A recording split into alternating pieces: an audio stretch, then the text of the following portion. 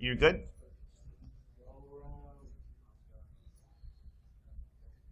All right, I'm going to get started. Thank you for coming. Been a good day so far? Good B-sides? Yeah. It's getting better every year. All right, so we're kind of experimenting with how we're going to do this, but one choice I decided to make after some discussions this morning is we've kind of emphasized that one of the ways, one of the tools, probably the core killer app of the Cavalry thus far, has been our use of empathy and trying to be ambassadors and translators to find the willing parties in these affected industries that want to make things better and meet them at their level and their jargon to give them bite-sized chunks that we can work together on. So what I decided to do is Craig Smith, who's the founder of Open Garages, he and I presented in Detroit to a bunch of automakers. We've done several of these, but this was a particularly effective few slides that we tried to frame the intent of the 5-star automotive cyber safety framework. And for those who don't know, we published this cyber safety framework last year at DEF CON in an open letter to the automotive industry saying, basically, modern vehicles are computers on wheels. In fact, they're computer networks on wheels. So what we say is, look, over the last 50 years, you've been continuously making your cars safer, and you're masters of your domain. But now that these are computers on wheels, we're masters of our domain. Our domains have collided, and we'll have safer outcomes sooner if we work together. And to facilitate working together, we basically said all systems fail. It's not if cars will be hacked, it's when they'll be hacked. It's just a fact, right? There's a certain, well, you'll see some of the argument. But what we said is we want to be prepared for failure. So we don't want to make another PCI checklist. We don't want to have another prescriptive brittle thing. I personally fought PCI. I said it's an abject failure for credit cards. And it's certainly not going to rise to the level that where packets meet flesh and blood. So we have to be better than the quote-unquote best practices that aren't really working well for traditional enterprise security. So I want you to see what we told them. So you'll get a feel for the altitude, but it'll also frame and facilitate discussion because even our best and brightest in this community are arguing over things like, should you have remote over-the-air updates or not? So I want to frame it this way, and then what we'll do is instead of having those roundtables that we did with the medical one, we'll have time-bound structured discussions on the mic about some of the common fears and trepidations the auto industry's had. But as we go through this, the 5-star was published first for the automotive industry, but we deliberately designed it so if you take the word automotive out of it, it's pretty well suited for medical.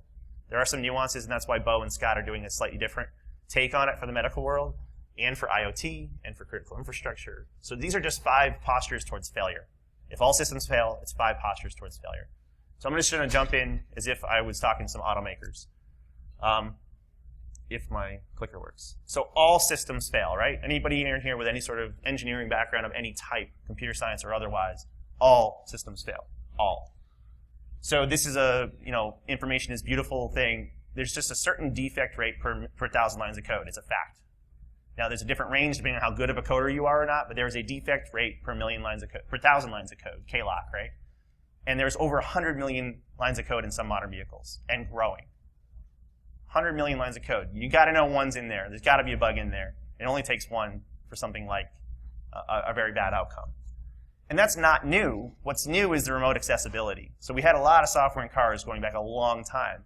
One of the Ford guys told me there's 69 separate computers in their car, right? And it's growing. So it's not just, it's a computer, it's a network of computers. A wide open broadcast domain, collision domain on a CAN bus of computers. But what's been changing is the number and type and range of remote access capabilities. Starting with the tire pressure monitors, which are really close range, but they were required for fuel economy savings in the state of California. But now you have 4G LTE Wi-Fi hotspot standard in all Chevy vehicles on a go-forward basis. So we hardwired the internet for any sociopath on the internet to remotely reach out and touch someone. Completely changes the nature of the old telephone commercials. And if they can get access to any weak surface area on any part of that 100 million lines code plus, then they can pretty much access everything else. So what isn't new is the vulnerability. What is new is the variety and range and type of remote accessibility. And that includes things like the App Store, right? Some of these things have a Facebook app in your car, so we can make evil apps. We can make evil downloadable apps. This could be the progressive dongle you plug into your OBD2 port. So even an unhackable car with no remote interface now has a remote attack surface because of the progressive dongle that you bought to lower your insurance rate. So the number and type of remote access is what's changed. Now, the cavalry approach, what we were telling them who we were, is that we were not out to drop O'Day on them. Our problem statement was that our society's adopting technology faster than our ability to secure it, especially in areas that affect public safety and human life. Our mission was to ensure connected technologies that had the potential to affect public safety and human life were worthy of the trust that we placed upon them. So we weren't saying be Luddites and smash all your technology. Some of these features actually make you safer, right? Blind spot and lane assist and adaptive cruise control, these are making us much safer than previous models of cars. So we're not idiots. Everything is a cost and a benefit, a risk and a reward. We just want to make sure that the math is right? And all variables are considered. And when something has the potential to kill you or to hurt you and your family, we want to make sure that the level of care that goes into that is commensurate with the risk it represents. So we have four different projects: the medical device one that Bo and Scott went through earlier, the automotive one, connected homes, and public infrastructure. We had airplanes in the public infrastructure one, but now we're probably going to, after this morning's discussion, we're probably going to separate that one out. And the basic approach that we want to use to work with the industries is collecting, connecting, collaborating, and catalyzing, right? Things are better with consonants and alliteration, but what we wanted to do is, instead of creating from whole cloth, we wanted to collect existing research and researchers that had already done great work in isolation but hadn't worked together. We wanted to connect them to each other and to willing teammates in industry. Then we wanted to collaborate in ways that hadn't been done prior, and we wanted to catalyze safer outcomes sooner, right? So we don't want to just talk about the problem and admire the problem. Our goal is to be safer sooner.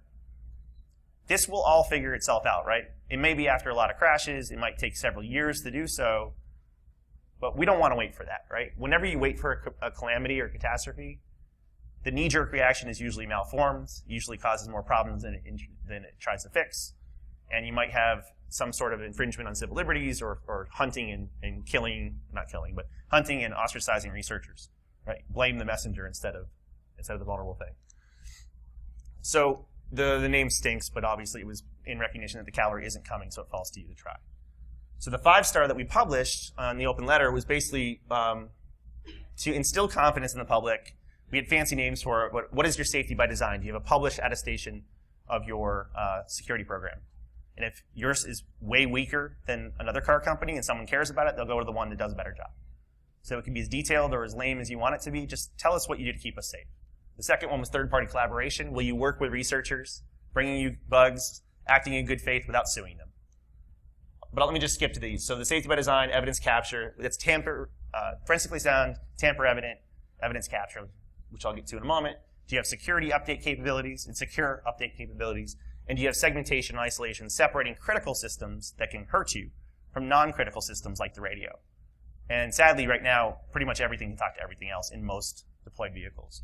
But the way I explained this to my neighbor was actually way better. I said, tell us how you avoid failure, take help avoiding failure, learn from failure, respond to failure, and contain failure. So star 0 should probably be all systems fail, and then you go through these 5 postures towards failure. And it's a nice little foundational element. It's not the finish line, it's a starting line. And the way Craig Smith likes to put it is, the second you decided to connect yourself to the internet, you're responsible to these 5 things. No one forced you onto the internet. No one forced you to have the 4G LTE Wi-Fi hotspot. If you're going to do that, this is what comes with it. It's like your contract that if you're going to get a driver's license, you're at least going to know traffic laws first. Right? So that was the basic idea. So just to give you like a visual, if you're left and right brain challenged, we have really detailed versions of this, but let me put this in really simple terms. Microsoft used to be, plagued by security issues. They now have a high water mark of their SDLC. They call it SDLA. And they basically do threat modeling up front, and they do all sorts of different things, and they continuously improve their products. And despite them having one of the high water marks for a really good safety by design, they still have 20, 30 different security flaws they fix every month on Super Tuesday. Right? So it's a living, breathing thing, but they have matured to the level where they publish what they do and how they do it, and it's not a pen test at the end to measure badness. It's a system of designing and architecting things to reduce attack surfaces, do exploit mitigation, et cetera. So for you guys, we basically say, don't reinvent the wheel. Just take a look at what Microsoft and others do with their mature programs. But let's get the ones this room cares about. Do you have a beware of dog sign, or do you have a welcome mat? It's really that simple. Is there a way to report a bug without fear of prosecution or lawsuit or injunction, including under the Computer Fraud and Abuse Act, which has both a federal crime element and a civil suit element? And one of the things, if you are researching this, since I am talking to a room full of researchers potentially, a lot of people think that a coordinated disclosure insulates them from CFAA. It doesn't. It insulates them from a civil suit. Some overzealous attorney general could, in prosecutorial discretion, still go after you without a plaintiff. And if you want proof of that, look at what happened with Aaron Barr. There was no plaintiff, and yet they proceeded ahead regardless. So this is really inviting the participation. And if I'm a buyer of a car, I want to know that you're going to do everything possible to learn of failures sooner so that you can make me safer. Because no matter how much a program you do internally, no matter how many researchers you hire, no how many pen tests you get from a third party, you want to cast as wide in it as possible to find all the bugs within the various talent pools, including hobbyists, and just make it really easy for coordinated disclosure to happen in a way that's collegial versus adversarial. Evidence capture, black box, right? We have in the airplane world and the trains, when something goes wrong, we want the entire industry to get smarter as a result. And the reason I really, really stress this one is you cannot simultaneously cry that there is no evidence of car hacking when you have absolutely no evidence capture to prove otherwise. It's completely circular, right? So if we want to think about this like an epidemiologist, we need more instrumentation to know how many people are trying to attack cars in the wild. How many crashes had some level of interference from an outside party. Now, if you could have seen that Charlie and Chris were trying to replace the firmware image, if there was any, tail of the tape of what happened, then we would have a lot less conjecture, right? It helps all parties. In fact, during Karen's presentation, she said sunlight is the best disinfectant. This protects all parties. It helps exonerate the automaker if it really was pilot error, and it helps learn from failures and classes of failures for the entire system. So if you don't know what NTSB is, they're the ones that study all these failures, and they piece together the airplane parts and whatnot to know what happened. So this is something that they really understood, whether they're hackers or not. They get the idea and the utility of learning from failure. And then comes security updates. We have them on our phones, we have them on our OSs, and yes, you can implement them incorrectly. And yes, you add a small residual attacks, a net new attack surface. You do. I assert it's worth it. Because the prompt and agile response. If we have to send USB keys that are manually and misapplied and may never be applied, or if it takes weeks or months to respond to an attack in the wild, I would far prefer something that can be done quickly if implemented securely, such that you can reach all the cars, even if the owner isn't paying attention. Right? So we did a write-up about this one. This one was, we focused more on this, but when BMW got hacked in February, everyone was making fun of them for being hacked. We actually wrote it up as a success story. A third-party researcher, so star number 2, brought them the bug, and instead of suing them, they worked with them. Number 2, they patched all of their vehicles over the air before anyone knew they were vulnerable, completely eliminating the window of opportunity for adversaries to be in the foot race to beat defenders. And number 3, in the process of updating it, it was pointed out to them their updates were being passed in the clear over HTTP without encryption. So they changed that. And without anyone forcing them to, they told the public that that had happened, which enabled their competitors and their colleagues in industry to avoid making the same mistake. So we actually looked at that as a really good success story, because all systems fail. Let's not mock the failure. Let's learn from the failure. And their response enabled that. Now, is it perfect? Would I have preferred they didn't get hacked? Of course. But they were able to do it so quickly and so pervasively, and I'm not going to get into it yet, but there was a lot of people celebrating a little prematurely that because there's a patch available for the Jeeps that we protected everybody. I was told that for things like airbag recalls that people know can hurt them, they never get 100%. And for something like this, I was told it could be as little as single-digit percentages uptakes of the recall. So that means whoever doesn't patch this particular flaw, bad guys now know about it, and it's not guaranteed to me yet that they'll all be fixed. The only mitigating control in this particular Jeep example is they were able to do some blocking at the Sprint carrier level, which makes you feel a lot better, but they were lucky this time. So the other advantages of this, which we got into that really helped some of the automakers make their choice, was it's not just the safer thing to do, it's also the cheaper thing to do, and it's better for brand and reputation. Having a recall at the factory costs labor, costs brand damage, costs customer confidence. It's a stigma.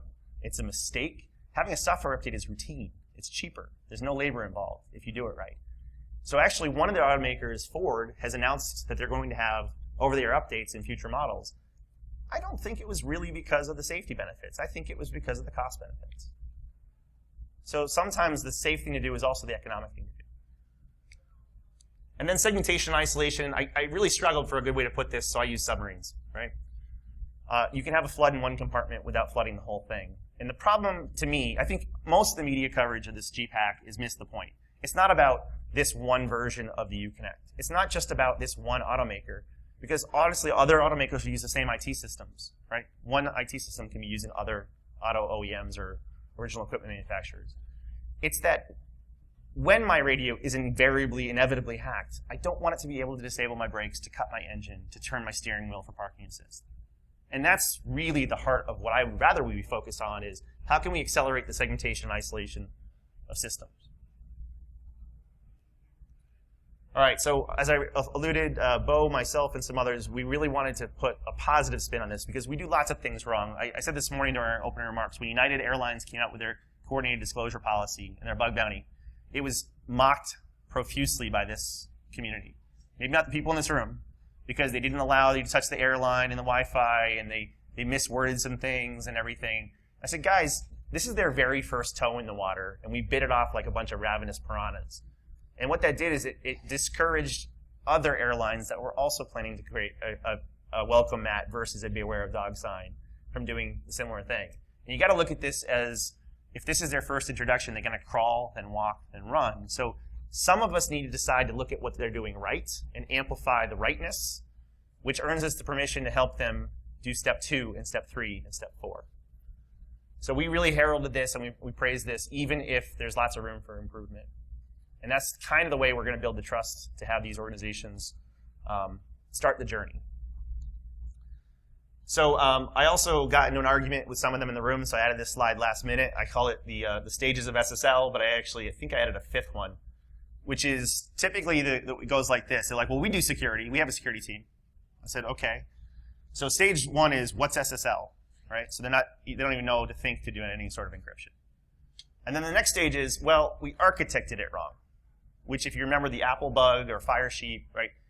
It was architected. Firesheep, forget the Apple one. Firesheep was architected wrong. So they were passing the credentials in the clear and then encrypting the payloads, but you could just intercept the initial handshake. Then you can architect it right, but implement it wrong, right? And that was like the Apple bug or HTTP client. So it was just coded wrong, right? And then you can architect it correctly and implement it correctly, and then you have stupid stuff like Heartbleed, right? Where these third-party open source components can be vulnerable and are vulnerable. In fact, while Heartbleed got a logo, there were 41 other CVEs assigned to the OpenSSL project in 2014 alone. Because when there's a drop of blood in the water, sharks circle in frenzy. And I can map this over and over and over with my data, that every time there's an open source flaw, tons more are found in the same chunk of code because people initially implicitly trusted it. And they go, oh, wait, there's gold in them hills, and then you have a gold rush or a feeding frenzy. And those are the ones that have CVEs. The dark markets, they're finding more, and they're not publishing them. So there's other stages as well, which is, I think after this one, we had to add the one where you can actually break the crypto, which can happen, just less often. So if you really contrast this, I call this the mean time into enlightenment, right? What's the mean time to enlightenment? So Microsoft, a lot of my friends have framed on their wall a hate letter or a cease and desist letter from Microsoft or Oracle. Most of them are from Oracle. And now you fast forward, and not only does Microsoft had the memo where they got religion that security was important, they also added the Blue Hat Conference, which initially was a private shishi invite-only thing for elite hackers. And then they had the Blue Hat Prize. And now the Blue Hat, one of the Blue Hat prizes has a 6-figure plus payout if you can come up with new evasion techniques or anti-evasion techniques. And people like Katie Mazuris at the time were like playing with the incentive structures and the sweet spots to see just how good could this get. And she had internal departments fighting to get into the program because not only is it not hated when third-party researchers finding bugs, it's a vital and necessary and critical part of their SDL. It's cherished by the senior executives at Microsoft. They went from being the most hated, and I'm not a fanboy at all, but they went from being the most hated vendor in the space for the hacker community to one of the most integrated. And that meantime enlightenment took 15 years, maybe 20 depending on who you're talking to. Can't let that take that long for cars. We want meantime enlightenment maybe 3 to 5 years. So one of the big problems, which maybe we'll get to in the Q&A, is this happened to the industrial controls hacker community, where everybody gets so overwhelmed with all the legacy stuff that was designed insecurely, that was not defensible by its architecture, that can't be patched or would be really problematic to try to patch it. And instead of focusing on avoiding future mistakes, they look over their shoulder and they never fix anything in the future. And what I've been trying to tell the car companies is, yes, you have a bunch of hackable vehicles in the field. And yes, you can't do anything architecturally to fix those. So they're looking at bolt-on aftermarket solutions, which is going to reinvent the same problem we have in enterprise. Antivirus and firewall and IPS and layer after layer after layer, which not only do they add costs, but they add complexity and often are the point of compromise that allows you to be hacked in the first place. Right? There's an entire hit list of security products which were the points of compromise, right? Because all systems fail. All systems. So what I really encourage them to do is have one strategy for your go forward to make them more defensible, more segmented, more instrumented, and a different tactical strategy for the sunk cost in the field. And in this particular case, some of the good news is the older the vehicle is, the less attack surface it has. It's not perfect. We're in a really bad state, right? There are prone, hackable, unpatchable vehicles in the field right now. And we found several of them, but at least for our part, our choice has not been to publicly disclose them. We're working aggressively with the vendors where they can fix them, but some of these cannot be fixed. So it might cost us a sensational headline, but we are helping them make future choices differently. In fact, we had to contrast ourselves because some of the researchers that do say things on stage that we're probably going to talk about, they're feared and hated, and they trigger antibody responses from the legal teams in these companies. So you have an engineering team that really wants to work with you, and they're trying to do the right thing, and as soon as there's a sensational headline, they lose control of the internal narrative, and it goes right into legal's hands, and they can't do the things that they want to do. So we're seeing some of the results of the stunt hacking, but we're not seeing the cost and the delay and how it's harming the relationships and trust with the research community. So we're trying to make sure that there's at least one strategy for present stuff, for past stuff, and a different strategy for future stuff. But the other thing is a lot of the stunt hacking is a pointing finger at past failures. And what we want to be is a helping hand for future success. And a lot of them are using very specific attack technique, and we're trying to show very robust, defensive, resilient architecture. So it's not a better than, it's an also, right? We need all sorts of different kinds of points of light and all sorts of things that catalyze action. But building trust has really been key here. And then one of the ones that comes up often is they say, well, yeah, Josh, they could hurt me, but no one would hurt me. There's no money in it. Which, A, there's a lot of money in it. There's a stunning lack of creativity. Just think CryptoLocker to start your car. Give me a Bitcoin if you want to start your car again. Or spyware to track your spouse's movements, or whatever the thing could be. There's going to be ways to do money. In fact, if I was a bank robber, I would initiate the remote kill switch on the pursuit vehicles so I can get away easier. But they're forgetting there's all sorts of accidents and adversaries. So number one in any threat model should be the adversary known as Murphy, right? Murphy's Law. Accidents happen. You don't need a sentient adaptive adversary to have problems. And I loved it when Bo came up with the accidents and adversaries. But there could be ideological ones. You could have anonymous or protests. You could have pranksters. You could have nation states. Remember when Putin disabled the communications in Georgia before rolling tanks in? And the objective of terrorism is terror. If you wanted to cripple the U.S. economy. Do you know, one of the Senate staffers told me that, Josh, the automotive industry is a double-digit part of the U.S. economy.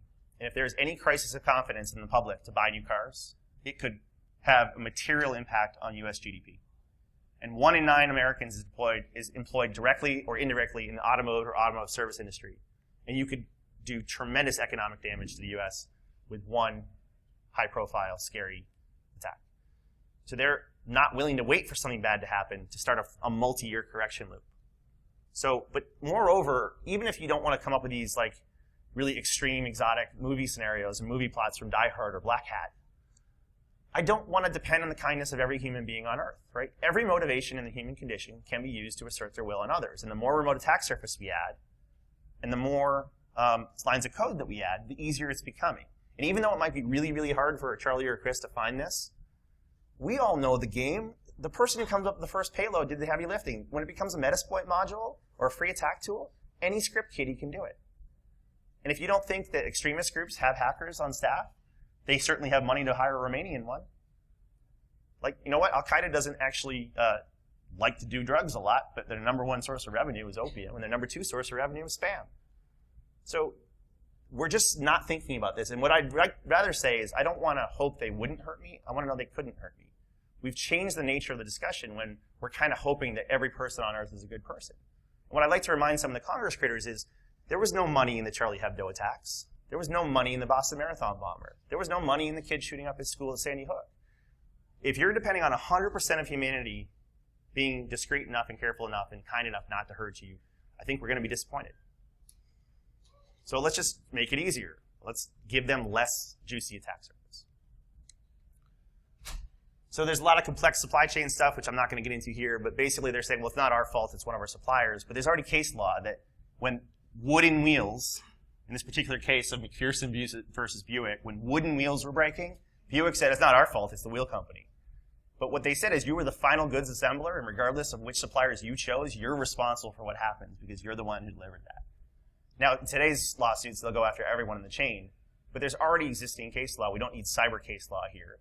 If people are using third parties and suppliers that are vulnerable and known to be vulnerable and they're not managing it, they're going to be held responsible, at least in the court of public opinion. But one of the points that really worked for them is I just kind of put this up there and I let people try to guess what it is. Anybody know what that is? Deepwater Horizon. Anybody know how many days and days and days it was flooding? Was it? I mean, it was just like agonizing. Months, right? I think the last number I heard was like cost them $42 billion so far. I said to them, really simple thing. Now, while we don't publish these things, the sad truth is they all know that the remote kill switch in a lot of the vehicles and some of the remote features have known vulnerable open source code exposed that is unpatchable, and they're kind of just hoping that no one does it. No one ever finds out. But all of them know this. So at one of the government things, I had 6 of them standing around, and I said, so guys, we've built some trust now. Let me just ask you a question. They said, okay. I said, if your company ends up on the nightly news tomorrow because your remote kill switch was tripped and disabled fleets of your vehicles, what's your best case minimum response time? I was very careful in the way I worded it. And no one said a word. You could hear a pin drop for a good 30 seconds. And then one of the guys cursed, and he goes, all right, I'll go first. Let's face it, the 2018 models are already done. And remember how I phrased the question. So what's your best case minimum response time? So he basically admitted he can't do anything about the current fleet for that particular manufacturer. And then another competitor of his said, it's actually worse than that. Some of our third-party tech packages are done through 2020. And we're assuming that we could even port one of the newer models into one of the older models. So I'm not comforted by that response time. That's a response time measured in years. Now you contrast that with the over-the-air updates from Tesla and the over-the-air updates from BMW and the declared intent to have over-the-air updates from Ford. And if anybody in the room knows of other organizations that have the ability to do secure over-the-air updates, please tell us because we want to praise that capability and encourage it. And this was the thing that really made them say, that's why we need updates. Okay. So your MTTR, your mean time to respond, cannot be weeks or months. Cannot. And again, we cannot celebrate the fact that a USB key is being shipped to dealers. Because unless you can be sure that you've patched enough of the affected demographic, then they are sitting ducks for a now known attack vector. Is this valuable? Okay. So we basically said, look, there's a fork in the road. You can either, sorry about that. You can either wait for regulation and lawsuits, or you can attempt to keep yourself in the driver's seat and embrace these principles, stop fighting them and arguing over them. Let's start to figure out how to do them. And by the way, this is just the beginning because we haven't even touched vehicle to vehicle, which is the cars talking to each other, or vehicle to infrastructure, which most smart city stuff, if you've seen Cesar's research from IOActive, by design, they're not, there's no authentication in the wireless transmissions from the infrastructure. By design, they don't want to have the mechanics and the technicians have to learn and remember many passwords. So the vehicle to vehicle, there's a security principle. We have very few first principles in engineering for computer science. But one of them is called security is not composable, which really boils down to you can take a secure thing A and a secure thing B, and when you put them together, you might not have a secure thing. So you cannot compose security. But what the inverse, which gets less talk, is you cannot take an insecure thing A and anything and make a secure thing together. So a necessary first step to being able to have trustworthy vehicle-to-vehicle communications is having something that can be trusted atomically. And we are so far away from that, this scares the bejesus out of me. Because think about the autonomous or semi-autonomous push. We're not going to wait for it to be safe. We're already doing it. There's already test runs all over the place. It's very disconcerting to me. So it really is unsafe at any speed. So I like to borrow some of the supply chain principles from Toyota and whatnot, but I'm going to skip that for right now. Because what I was basically saying is to them is the security and software development industry, if you're paying attention to lean and agile and DevOps, they're kind of borrowing things from Dr. Deming, who invented Toyota supply chains for Japan after post-World War II. And he did not make these principles to make cars safer, because there was no unsafe in any speed book until the 70s. He invented these things to make cars faster and more profitable. Faster, more profitable engineering. So what I was trying to say to them is, look, this isn't a one-way street where we're telling you what's all in your business. We want to learn the things that you've done and apply them to our software development practices so that we can have higher quality parts from higher quality suppliers and know where they went. So when we have a defect like a heart bleed, we can do a prompt and agile recall. One of the reasons it took Phyllis Schneck at DHS 6.5 weeks to know which systems were affected by heart bleed is she had absolutely no idea which of the third-party and homegrown apps used OpenSSL or a vulnerable version. So we could actually learn a lot from them too, and that's what we're trying to say is we want to learn from each other. And we said the road ahead is going to be up to us, but that was how we framed it. Now, really short and sweet, we use a lot of pictures, and we're not trying to tell them that we know better how to do what they do. We know that the knowledge of what to do to make us safer sooner is going to be part of their expertise, part of our expertise, and the empathy and the translation to do it. And yes, we're calling it cyber safety. Actually, I skipped that part. I shouldn't. If you weren't here this morning, hold your nose, eat your lima beans, and get used to the word cyber. Policymakers use it.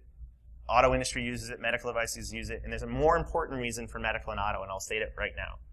When you talk about security, cybersecurity, to most of the auto world, they think privacy. 99 out of 100 conversations go straight to the confidentiality of data. And it's our fault because most of our industry is about the confidentiality of the CIA triad. And most of what they've been bludgeoned with is tracking users' movements and tracking people. So if you say security or cyber, they hear privacy. And if you say safety, this one's even worse. Safety means physical safety against intended use. It's 200-year-old discipline, and they're really, really good at it. Here's the problem. All of hacking is unintended use and misuse and abuse. So there's a gap between privacy and safety where no one's looking. So for lack of a better term, and if there's automakers in the room that want to help us pick a better term, we've deliberately said cyber safety because it's different enough to make them at least say, what do you mean cyber safety? And then we can at least have a conversation. So that is all I have graphically. There's one more thing I want to do. I know there's at least one car company in the room.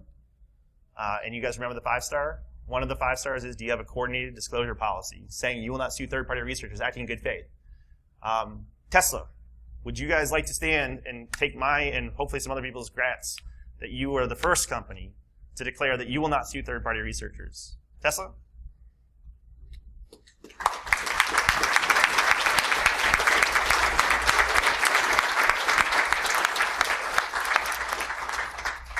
And not only are they the first, they've already taken step 2 before anyone else has taken step 1. So they went from we will not sue you to adding a bug bounty if you saw the announcement through BugCrowd. So now they are willing to give some sort of financial reward for people that do this.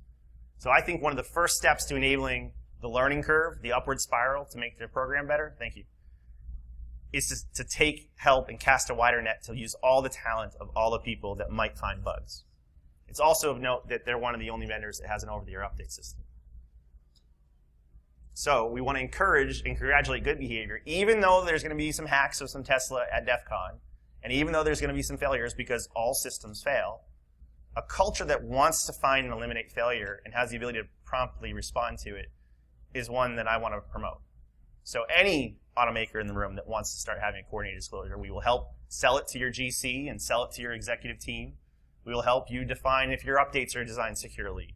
Because what we're trying to be is an honest broker to freely give learnings that we found the hard way by doing it wrong in the cyber world for this long. We want to make sure that we can help people be safer sooner, and those that have taken the help are doing great things. Now, I don't want to for a second suggest that other car companies aren't doing amazing things. In fact, what we have found now that we've been talking through these 5 different categories is there's some really good things being done by lots of car companies. The frustrating part for me is they're so tight-lipped and don't talk about it. Their culture is very closed by its nature.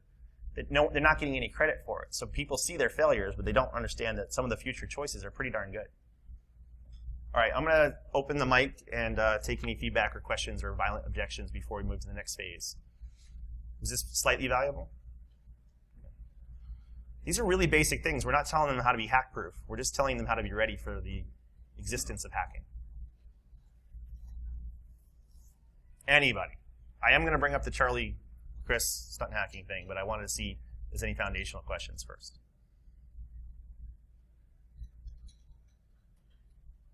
Yeah. Can I borrow a Tesla for a really long time? The question was, can I borrow a Tesla for a really long time? Did I make it hard on the whiteboarder? Okay. All right.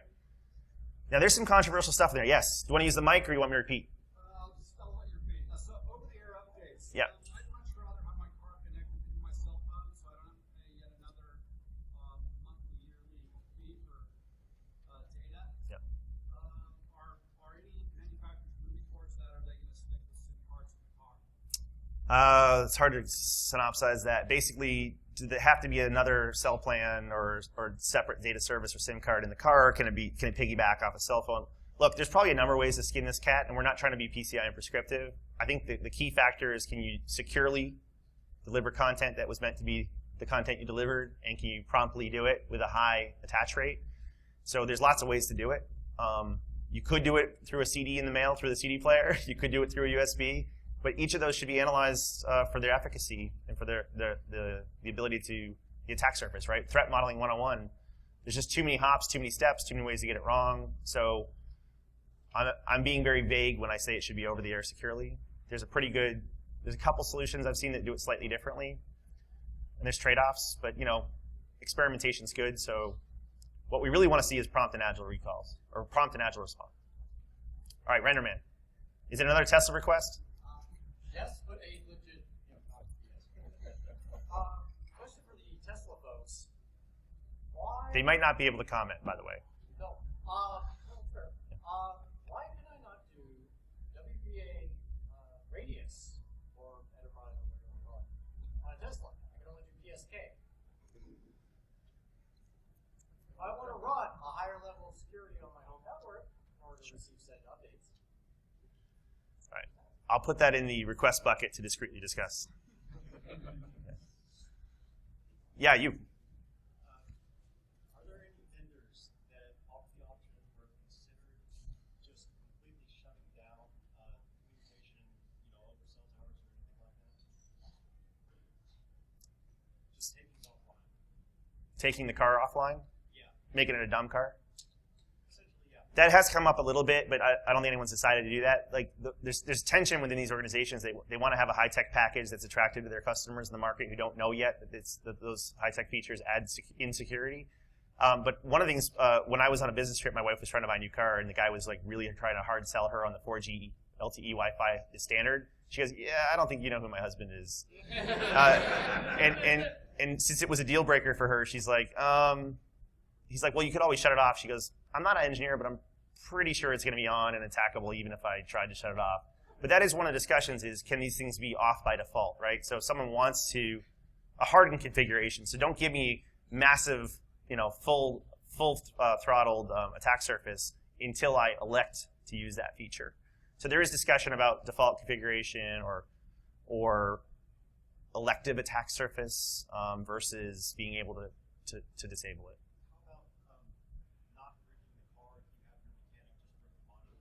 Or not breaking a car. Yeah, some of these are just fragility things, right? In fact, I actually thought the first hacks would not be driving people off the road by turning the steering wheel. I thought it would be bricking them, property damage. Because bricking is way easier than uploading a successful payload. All right, you please.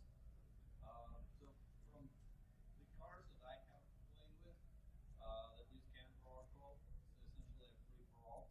So if I compromise the entertainment system, I can pretend to be a wheel sensor, I can pretend to be a crankshaft position sensor, I can pretend to be any sensor. So by pretending to be that sensor, if I pretend to be a crankshaft position sensor and I can give a really weird reading, I can shut your engine off. If you're traveling 80 miles an hour, I shut your engine off, you have no power steering, you have no power brakes, you can crash.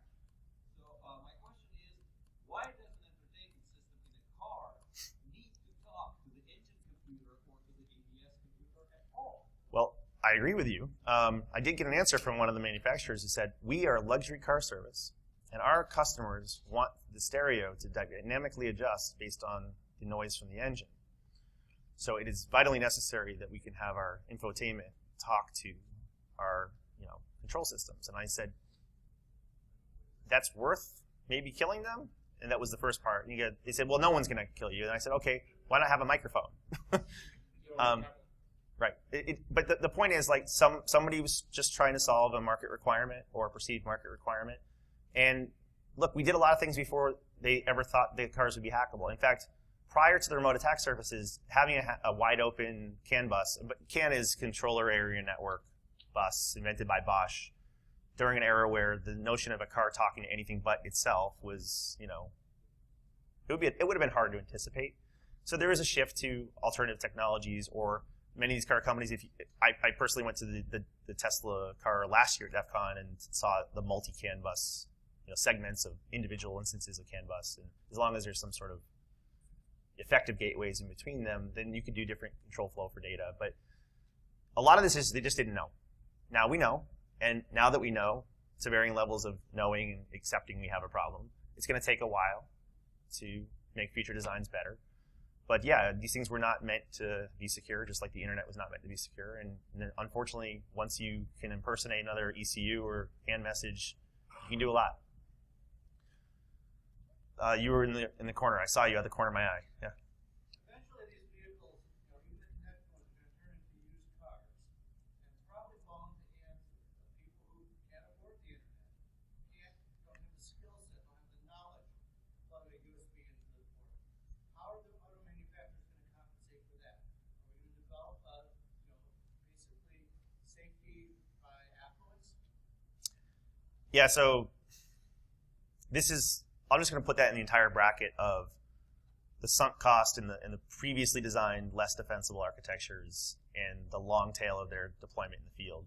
Now, I can't predict how that's all going to go. It could be that, after the Corvair was criticized by Ralph Nader and Unsafe at Any Speed, it was actually the Pinto that had more explosions. So people kind of stopped buying Pintos. And if they had one, they got a different car. So if it gets bad enough for a particular make and model, I think people will stop using them. Is my hunch, but there's going to come an economic point where what's the cost of fixing an unfixable thing versus incentivizing an alternative replacement? Wouldn't a better thing to scale it like, let's say, a Kindle, where it's got 3G access and the stuff just happens, no matter whether the user can afford internet or not. It just happens. The internet is bundled into the price of the car. Yeah, there's probably a number of technical solutions, but the first gating item is they don't know to fix it or don't want to fix it. And by the way, some of the car companies have really good attitudes about this, really good. And we got to stop bludgeoning them when they got religion and they're trying to fix it. They can't have a time machine and go backwards, right? But some of them have pretty terrible attitudes as well and need an attitude adjustment. The next one is the guy in the way back. Yeah.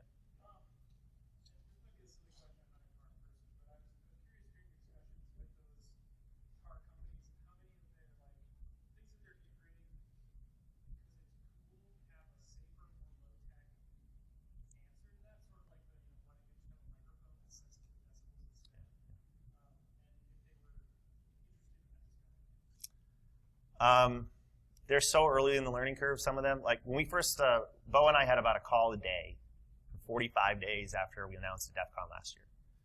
And some of them were suppliers of parts, tier 1 suppliers to the automakers. Some of them were like dealer associations in America because they wanted to know when people start asking for these questions, they wanted to know how to answer them.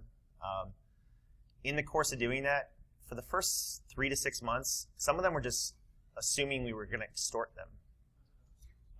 They thought we had a pile of O-Day, and we were going to be like their worst nightmare times, 400 new people. So the trust levels weren't there until, I think, the turning point, and I know this isn't what you're asking, but I'm just trying to it's a good time to give you the timeline. One of the slides I left out was Senator Markey put out the hacking and tracking report in February, the same week that the BMW was hacked, the same week that it just happened that Craig Smith and I did a thing on NBC, exploiting a car, or having the journalist manipulate a car from 3,000 miles away.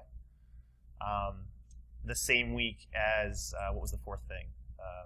The 60 Minutes special with DARPA doing the car hack.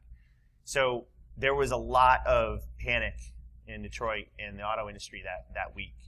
And then about a week after that, there was a class action lawsuit instantiated from the trial lawyers for the cars that had material exploitable weaknesses as demonstrated on television. So one of the things we said to them is, look, I know you guys don't yet trust us or you don't yet understand our motives. Our motives are pure. We're talking about patterns that anybody can employ. We're not being prescriptive. And typically the government prefers self-regulation over heavy-handed government, no matter what the political orientation. So you have a chance to embrace this and control your own fate, or you can let someone else regulate, and it may actually incentivize the wrong things and set you back an additional 5+ years, because it's really hard to change law. And it really seemed to resonate, and that was around May 31st, April 1st was when we were there. And that's when things shifted from, we disagree with this 5-star thing, to pretty much every automaker said, well, this is how we're embracing star number 4. Or will this approach to do segmentation work, or is this easily hackable? Because some of them were using like logical isolation stuff that hasn't worked for us for 10 years. So we wanted to save them. They had the right instinct, but the wrong focus or aim. So we want to improve their aim and their time to value. So I would say that only around that time frame did they actually start realizing, okay, these guys are legit, and they're not here to hurt us, they're here to help us. So some of them aren't yet far enough along to start asking the questions that you're asking. Sort of an answer. All right, yours is your second question, all right? What? So, in the aircraft industry, the last, let's say, 15 years, there has been a big shift in that the cost of system integration and having your electronic stock together correctly has skyrocketed. And they have contributed a lot more to the cost of the aircraft than 30 years ago. So basically, anyone can make an aluminum can fly, anyone can buy an off-the-shelf engine. It's building all the electronics that make it safe to fly. That's very, very expensive. So, and it looks like the cars are going in a similar direction where the cost of system integration is in having these different buses and having these different devices, firewall, if you will, or application firewall, whatever it might be, that is going to become a much higher development cost than what the auto industry is used to. So is there an understanding or an anticipation of something like that happening? One question. The other is, the aircraft industry has standardized a number of things, and there are a number of vendors you can buy things from, and they will interoperate and play. Is there anything like that in the auto industry? There's a lot of pieces to that. To repeat this for the video, you're basically suggesting that in avionics, for example, there can come a level of technical debt and interoperability problems where too much tech becomes unwieldy.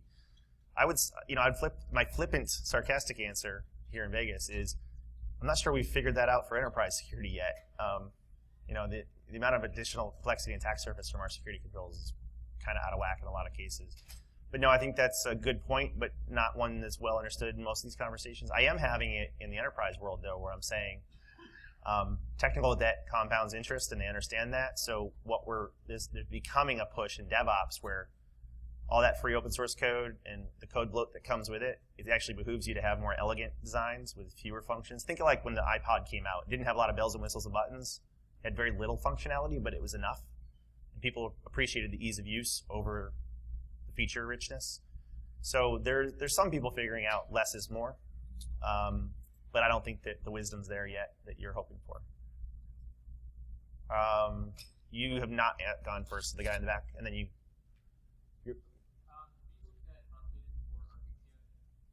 Buses or RVs? I have not. It's possible Craig or some of the other ones have. They share a lot of the same infotainment architectures. I just saw a pretty scary thing that the shipping truck fleets are already doing autonomous trials. Remember who that was? Was it Volvo? Daimler. Daimler's doing autonomous tractor-trailer trucks. They have requested approval to do autonomous fleets. So I'm not directly aware of that, but a lot of these principles will apply where we want the segmentation and isolation, we want coordinated disclosure, policies, et cetera. All right, your turn. Oh, I'm sorry. Yeah. All right, yeah, go ahead. Please also look at motorcycles. Oh, lucky you.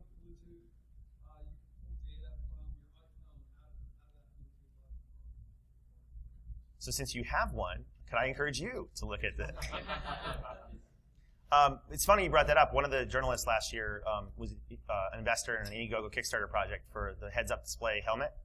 And the economics aren't really there because the cost of the helmet is really high for something that is only supposed to last a certain number, a certain amount of time. But that guy took a briefing. He was like, I don't want to be the thing that hurts my customers. So the founder of that company took a briefing. It was pretty cool.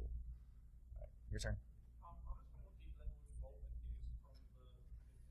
Car manufacturing management, the R&D team, because from our perspective, as when we have done human meat cars, there's moving to automated vehicles. Is that the same team? Is the R&D team a little more less legacy?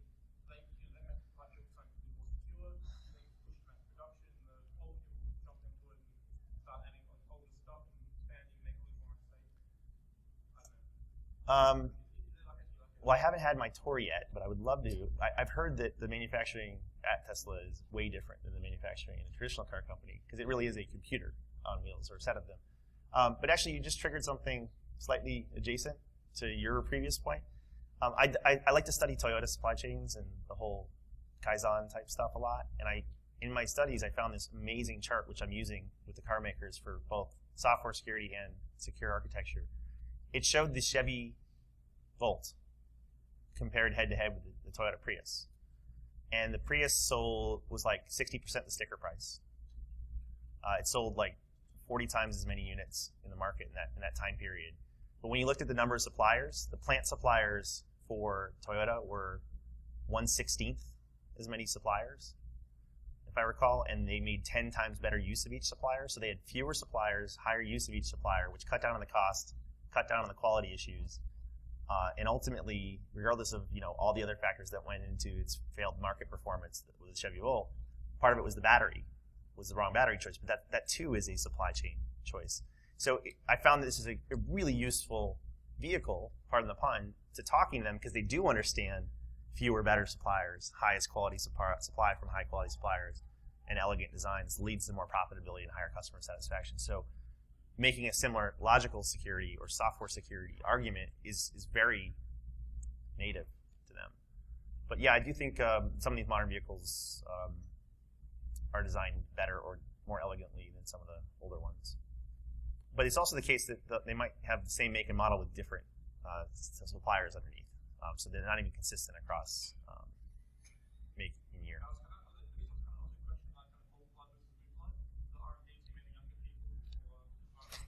Oh, okay. So culturally, I don't think we found a single car company that didn't have a really passionate, smart cyber person there. I'm really encouraged by that. The bottleneck has not been the presence of someone good; it's been executive support, and that's absolutely true. Right after, I'm not saying we caused this at all. Don't hear it that way. But right after our 5-star came out, GM announced their cyber chief, so they made an executive level position.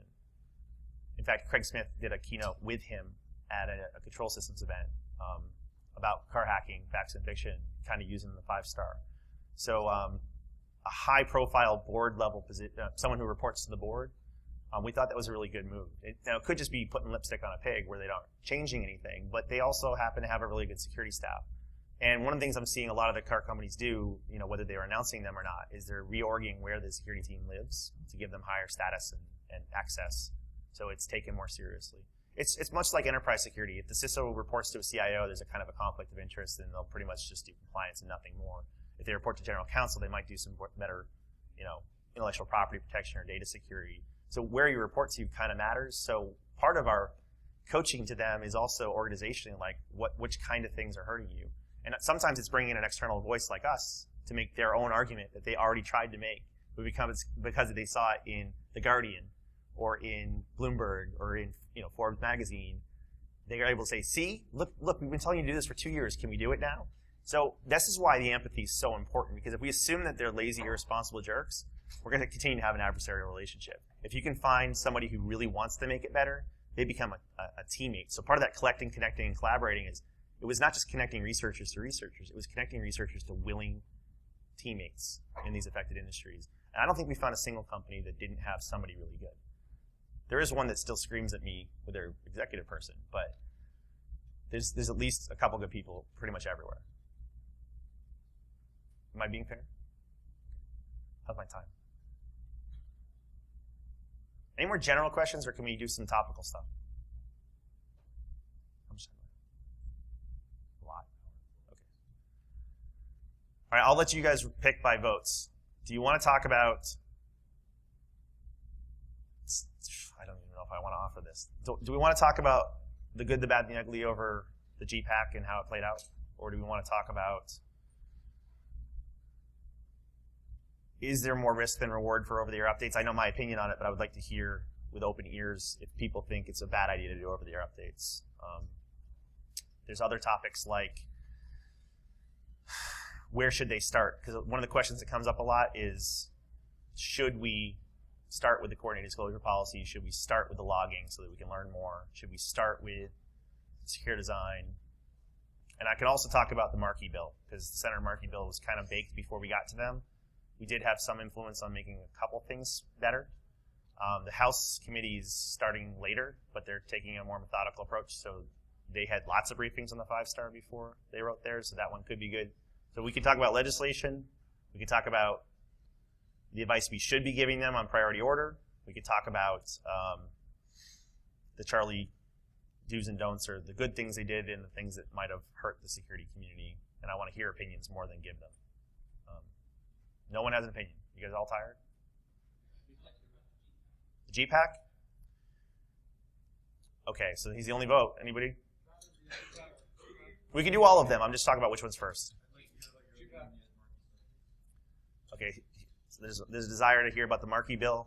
Has anyone seen the marquee bill, by the way? It's called the SPY Act for, what does it stand for? Safety, privacy, what's the Y? Your car, spy car. When I think of that, I think of Spy Hunter with the oil slicks in the fog. Yeah. It's such a good game. Okay. I'm looking to you for coaching here. I'd like to know what we say to people when they say, what could the car company do? Oh, you know, that's a great one. I'll throw one more in the mix here. So Bo's point was he would really like to know, what do we say to someone who says, how do I make my car better? Can I tweak it a little bit? Because you just triggered one I should have added. I had several senior executives say, I don't want a bug bounty program. I don't want a coordinated disclosure. We'll pay a pen tester to find stuff. You know, we're willing to pay money. We don't want it. And I struggled to have a really strong, succinct argument for why a pen tester can only find the thing that the pen tester is good at finding. So that, you know, you can have the fact that a pen tester didn't find anything is not positive proof that there is nothing to find. It's everybody I know, including Chris Nickerson, is, you know, they find things differently. Now, Nickerson is really comprehensive in his approach, so he finds more categories of things than most. But it's actually one of the things I disliked about the marquee bill was it said these cars need to be pen tested, and I said according to which standard, because there isn't one, and by whom, because there's no certification or standard for a pen tester. So if it's your neighbor's kid, I'm not happy. Because we've seen PCI pen tests that don't even show up. They just do a Nessus scan, and they call it a pen test.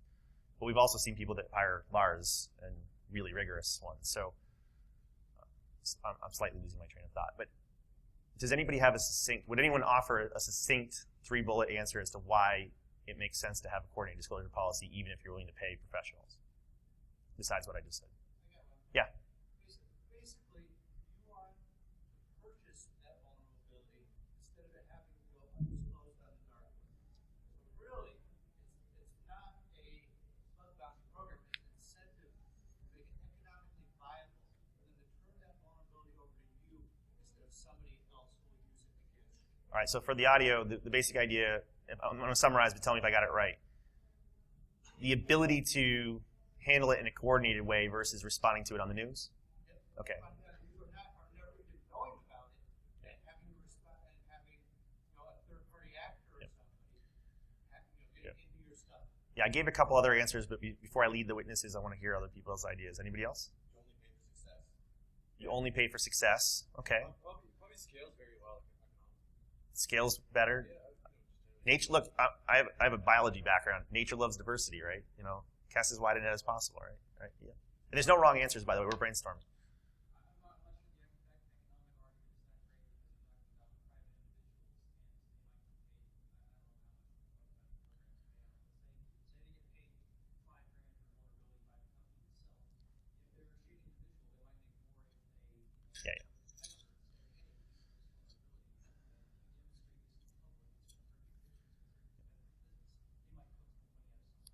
Yep, and there's a lot covered on the economics of people that, depending on your morality, you might weaponize it, sell it first, and then go to the bug bounty program. A lot of these don't pay very much money, so it's really not about the money. And let me point this out. I actually don't suggest a bug bounty first. I suggest a coordinated disclosure first. Like, we won't sue you. Then you can, if you want to go straight for a bug bounty, go for it. But a lot of them don't have the bandwidth to receive a flood at once. So it's more palatable to start with, let's do a recognition and reward program, a recognition program, or, and I'm not talking about our automakers. I'm talking about anyone. Like, I've helped a lot of folks. Katie Mazuris now she's at HackerOne. She's coached a lot of folks on the end. Started with a coordinated disclosure policy, and the minimum viable product is have a submission place and say you won't sue them, and that pretty much is golden to insulate researchers from risk. But yeah, maybe I'm wrong. That's what I want to talk to you guys about, because we clearly haven't gotten very many companies to declare a coordinated disclosure policy, so I'm not saying my arguments are very successful. You next. Better Business Bureau. So we flirted with trying to do that. We've been trying to not take sides and be an honest broker. One of the things that 5-star should indicate to you is it's multi-stakeholder by design. The people who want to buy a safe car can use it to choose a safer car. The regulators can cut and paste it as the blueprint for their regulation.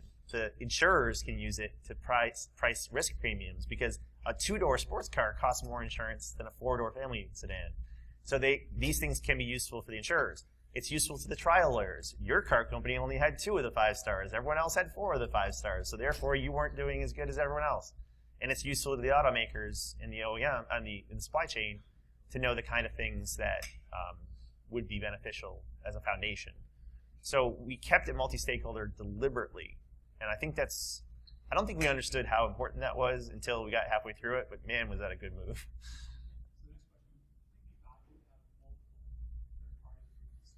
Multiple third parties doing what? Evaluate. Yeah, so we're not doing, I guess what I didn't tie it back to get to your original question is, we're not doing the evaluations, but people are encouraging us to, but there's nothing stopping Consumer Reports or Kelly's Blue Book or AutoTrader from deciding to score these based on publicly available information. So whether or not they've told us they have an over-the-air update system, we know BMW does because we saw it in their analysis. They never called and said, hey, we have one, we want to start. So one of the mistakes we made is when we said 5-star, we thought that would be familiar, but then people assumed it would be a rating system. And it certainly could be, but to remain an honest broker and trusted by all the different stakeholders, we don't want to start becoming at odds with the automakers we're trying to help. But yeah, it's a free market. People could take that 5-star and use it to score people. And in fact, Craig thinks if people don't get their act together by the end of the year that I should do it. Maybe we will. All right. Yeah. I had one thing, so just as a brainstorming thing, it sounds kind of stupid on the surface, but so just to get bug bounty in the door, as a metric, maybe, cost per bug, like, versus a pen test or a proper security assessment, you're paying X number for findings. I know it's not a apples to apples, but just to get it through the finance people, speak their language a little bit. I'm not saying you can get rid of your assessment process. No, I don't think this is in addition to the assessment. Yeah. By the way, all of these are trailing indicators. You've already failed to do, potentially you've already failed to do threat modeling, secure design, hardening. So in the Microsoft SEL, the final leg is the post-deploy, security assessment, which isn't really assuring security, it's measuring it, right? And you can't prove a negative. Now, this is probably, the font's probably too small here, but each one of the stars has some defining success factors. One of them is standards-based, so we were suggesting that people just use the ISO coordinated disclosure standards that Katie Mazuris and others worked on. The one that's about taking and feeding back is ISO 30111, and the minimum criteria is essentially, do you have a submission, and will you acknowledge receipt that you got the bug reported within 7 days of the report? It doesn't have anything about like how quickly you have to fix it or anything, but it creates a paper trail to say, yes, we got the bug report, and we're going to ignore it. Or yes, we got it, and we'll fix it within 90 days or 9 months or whatever it is. But the second thing we did is we said we encourage positive incentives like risk, like recognition and reward things. This could be T-shirts or challenge coins. It could be miles, like United Airlines did miles. Some people groaned at it. Some guy got 1 million miles because he just took it to heart, and that's going to turn into vacation for his family, right?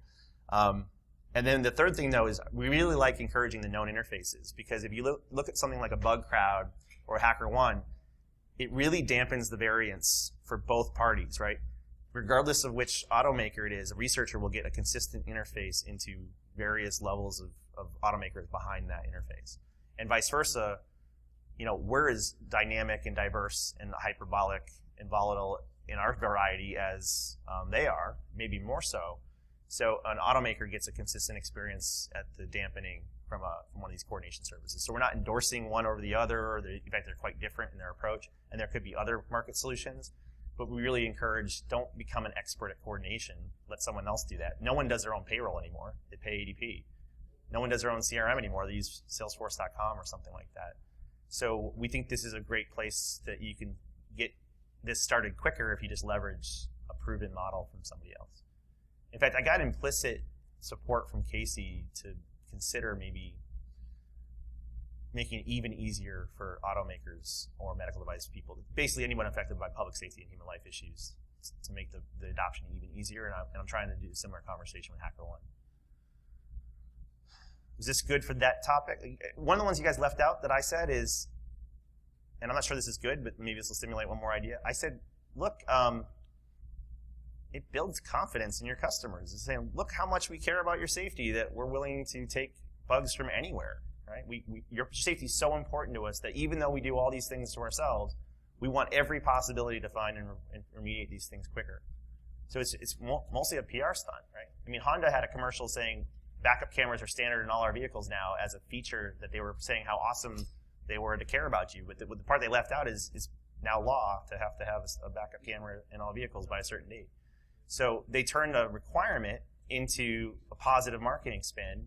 Good for them. And so I argued that having a coordinated disclosure policy sows goodwill and establishes and or maintains confidence in your customer. That was actually probably the more effective argument, because it was talking to an executive, not a technician. Right? All right, Bo's in charge. What's next, Bo? I get tired of my own voice, so I almost want to.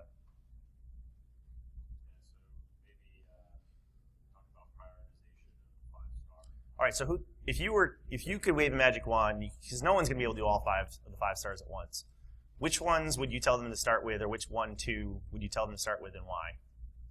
What's the easiest path to enlightenment to get started? If you think of it as a crawl, walk, run, where would you start? You first. Secure by design. Let's stop the bleeding out. Secure by design? Because Yeah. And secure by design, obviously, there's nothing that's secure, but our point is, developing and honing and implementing a secure development life cycle. That's the whole point. Because, I mean, that's the end game, right? If we start building security into these things, we ought to having a remotely exploitable health and safety bug go dramatically down. So his argument is this is the more strategic fix. Some might, and just to play devil's advocate, that might not have any payout for a couple of years. So the downside of that one is it may not stop the bleeding right now, whereas something like coordinated disclosure could start immediately, maybe. Okay, so that's an argument. Anybody else? Yes, Klaus. I know that some of the OEMs are researching. Oh, by the way, an OEM is an original equipment manufacturer, and it means someone like an Audi, a Toyota. When we say OEM, we mean those guys. They have internal research teams already looking at ways to do isolation and segmentation better, for example, Canada. So maybe that would be an easy, quick win to push that area first. Okay, so Klaus is arguing that a lot of them are already considering segmentation and isolation, so helping to improve their aim might be good. As an example of bad aim, when the Boeing 787 Dreamliner said that they were going to collapse the cabling for the avionics network and the infotainment network, because it cuts down on the weight, which cuts down on fuel consumption, which saves billions in jet fuel costs and helps the environment. That kind of argument was a really strong argument. I said, how are you segmenting and isolating when there's only logical separation? And the original answers were terrifyingly bad. So they had been led to believe that some really, really, really weak VLAN-esque moves were going to keep them isolated. So the fix there wasn't to re-architect the avionics and the weight ratios of the plane. It was to improve their hypothesis or their aim to pick better logical and physical isolation techniques. Some of the advice was taken, some of it was not. whether or not planes can fly sideways. Actually, you know what? I'm gonna make a commentary for a second. This is partly our fault. There was so much analysis and debate and conjecture and mocking of whether or not SideDragon did or didn't do X, Y, or Z. It completely distracted the media attention from the fact that the planes share connected circuitry in a very dangerous way. Because the question should have been something along the lines of, what can any passenger do to affect the flight of the aircraft from the passenger cabin? Any journalist could have and should have asked that. And for weeks, no one did. And the only answer I'll accept to that question is not a goddamn thing. But that's not the case. There are things that you can affect. So all of our debate and echo chamber bashing on what he did or didn't do or where he did or didn't do it and whether he was making stuff up or not completely eclipsed the conversation about how vulnerable are those architectures and designs. So similarly, we have to be really careful about how we react to future, life and death stunt hacks or not stunt hacks or the revelation of some of these weaknesses so that we have a balanced look at what's the burden of the best actions of the research community and what's the implications for the affected industry, or else we're going to, waste a perfectly good opportunity to have a substantive discussion. So hopefully I wasn't too preachy there, but I think we have to be really measured in our response and not be so reactive and hyperbolic. And if you heard Nickerson on the panel here, we have a lot of people who will point fingers and make fun of others, but we don't have a lot of people offering, concrete solutions. And we want to see more doing. You inspired that sidebar, sorry. Apollo. Stress and burnout. Is it now? Shoot. No one told me. That's what they were calling me about. All right. Bo, can you continue?